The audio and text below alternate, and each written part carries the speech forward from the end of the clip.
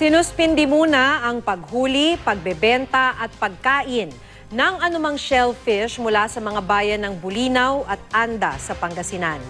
Muli kasing nagpositibo sa red tide toxin ang mga baybayin sa mga naturang lugar. Makibalita tayo live kay Joyce Segui ng GMA Dagupan. Joyce.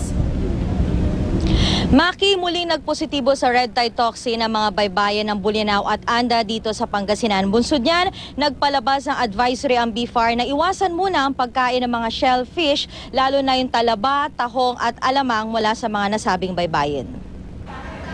Dito sa Bulinaw, ipinaskil ang tarpaulin na ito na nagsasabing suspendido muna ang pagkuha, pagbebenta at pagkain ng anumang shellfish mula sa lugar.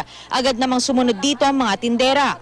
Mga naghahanap pa rin po ba ng mga Mayroon din gusto nilang kakain. Oo, ano sinasabi po? Ay, binabawal nila, hindi muna kami magtinda. Yan ang sagot namin sa kanila, ma'am. Hindi na pinipili? Hindi na po.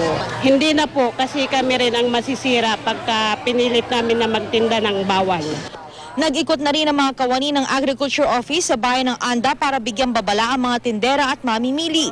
Hindi nakalusot ang isang ito na tinangkapang ibenta ang nakadisplay na talaba. Agad itong kinumpiska ng mga otoridad. Ngayon, iikot din kami sa dagat para mabigyan din ng yung mga kumukuha ng shell. Kasi hindi lang sa palengke ang mayroon din nanggagaling sa, lalo na yung mga galing mismo sa dagat.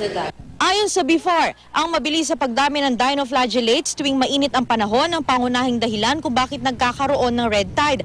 Dagdag pa ang patuloy na pagdami ng commercial fish cages na nagpapasikip sa Kakiputan Channel kaya hindi makadaloy ang tubig. Huling nagkaroon ng red tide sa lugar noong Setyembre 2014 na tumagal hanggang nitong unang linggo lang ng Marso.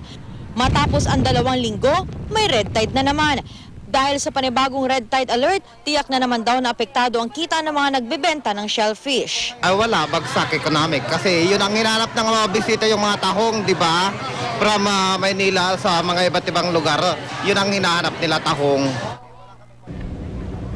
Maki, kung red tide ang nararanasan sa baybayin ng Bulinaw at Anda, nip tide naman ang nararanasan sa Dagupan City, kung saan nakapagtalala ng mahigit 30 fish pond at fish cages na may mga nangamatay na isda. Ang nip tide o alaal ay yung pagbaba ng level ng tubig at dagat. Yan muna ang latest mula dito sa Pangasinan. Joyce Segui, Nagbabalita, Pilipinas.